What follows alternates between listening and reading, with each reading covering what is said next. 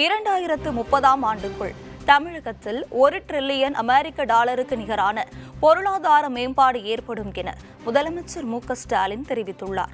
தமிழகத்துக்கு தொழில் முதலீடுகளை ஈர்க்கும் நோக்கில் அரசுமுறை பயணமாக முதலமைச்சர் மு.க.ஸ்டாலின் நேற்றிரவு அமெரிக்கா புறப்பட்டு சென்றார். முன்னதாக விமான நிலையத்தில் செய்தியாளர்களிடம் பேசிய அவர், தமிழ்நாட்டிற்கான தொழில் முதலீடுகளை ஈர்த்துவிட்டு அடுத்த மாதம் 14ஆம் தேதி தமிழகம் திரும்பும் வகையில் பயணம் திட்டமிடப்பட்டுள்ளதாக கூறினார். கடந்த 3 ஆண்டுகளில் 872 புரிந்துணர்வு கையெழுத்திடப்பட்டு 9.93 லட்சம் கோடி ரூபாய் முதலீடுகளும் 18 லட்சம் பேருக்கு வேலை வாய்ப்பும் உறுதி செய்யப்பட்டுள்ளதாக பெருமிதம் தெரிவித்தார்.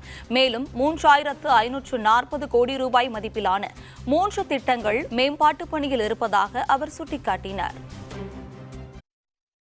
தேசிய கல்விக் கொள்கையை ஏற்றுக்கொள்ளாத காரணத்தினால தமிழ்நாட்டுக்கு வர வேண்டிய நீங்கள் கேட்ட மாதிரி 573 கோடி ரூபாயை ஒன்றிய அரசு நிறுத்தி வச்சிருக்கு. இது செய்தி வெளியாகிருக்கு. பள்ளி கல்வித்துறையில் தமிழ்நாட்டுக்கான நிதிகளை உடனடியாக ஒன்றிய அரசு விடுவிக்க வேண்டும். இது தொடர்பாக ஏற்கனவே கழக நாடாளுமன்ற உறுப்பினர்கள்லாம் நாடாளுமன்றத்திலையும் பேசியிருக்கிறாங்க, சம்பந்தப்பட்ட அமைச்சர்களையும் சந்தித்து நேரடியாக சொல்லியிருக்கிறாங்க. தொடர்ந்து வலியுறுத்தும். சார், நீங்கள் அமெரிக்கா சென்று வந்த பிறகு இந்த அமைச்சரவையில் ஏதாவது மாற்றம் இருக்குமா சார்? மாறுதல் ஒன்று தான், மாறாதது. Wait and see. அமைச்சர் துரைமுருகன் இந்த ரஜினிகாந்த் விவகாரம் குறித்து நீங்கள் என்ன சார் சொல்கிறீங்க? அவங்க 2 பேரும் நீண்ட கால நண்பர்கள்.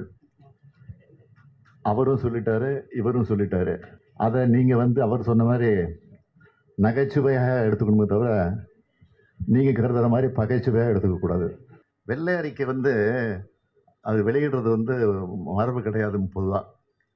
காரணம் பல மாநிலங்கள்ல இருந்து அந்த முதலீடு பெறுறதுக்கு போட்டி நடந்துகிட்டு இருக்கு. அதனால் அதை விரும்ப மாட்டாங்க. ஆனால் முதலீடு முழுமையாக வந்ததுக்கு பிறகு நாங்கள் வெளியிடுறோம். நிச்சயமாக அறகுறையாக சொல்லிட்டு இருக்கோம்.